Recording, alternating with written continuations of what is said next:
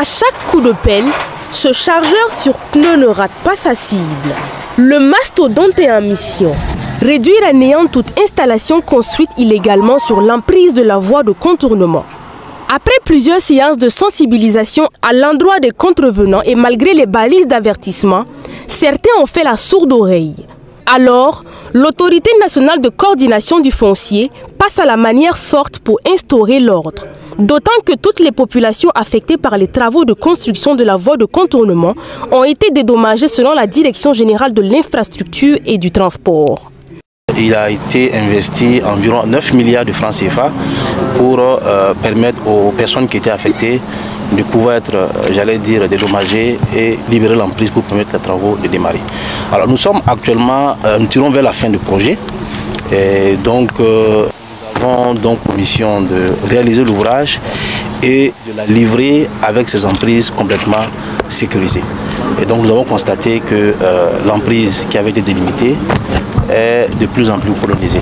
Donc c'est ce qui nous amène ce matin sur le terrain pour permettre à ce que nous puissions avoir une emprise libérée à la fin des travaux et sécurisée conformément au cahier des charges. À quelques kilomètres du premier site, des populations qui commencent à retirer leurs matériaux.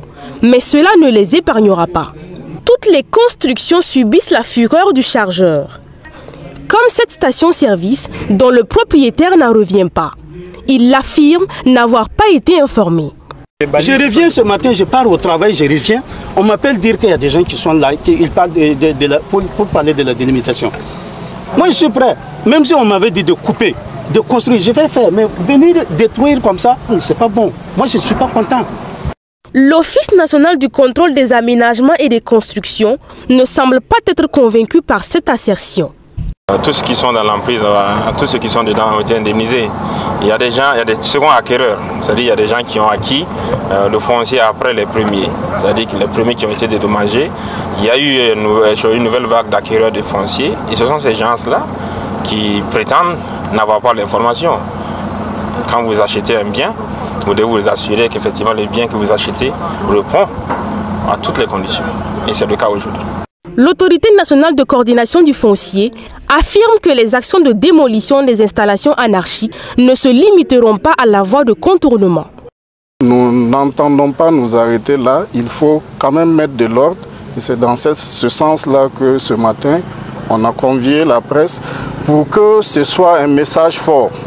Parce que ce n'est pas que la voie de contournement seulement. Alors, nous avons des informations sur la colonisation des servitudes d'autres voies nationales et même des voies départementales. Alors c'est de dire à ces gens-là que la route fait partie du domaine public. Et à ce titre, elle est protégée par la domanialité publique. Personne ne peut venir s'installer sans autorisation préalable.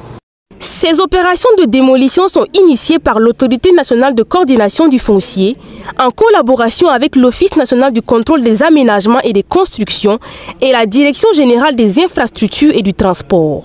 Ces institutions réitèrent leur engagement en poursuivant les efforts entrepris pour un engagement urbain conforme aux normes établies au Burkina Faso.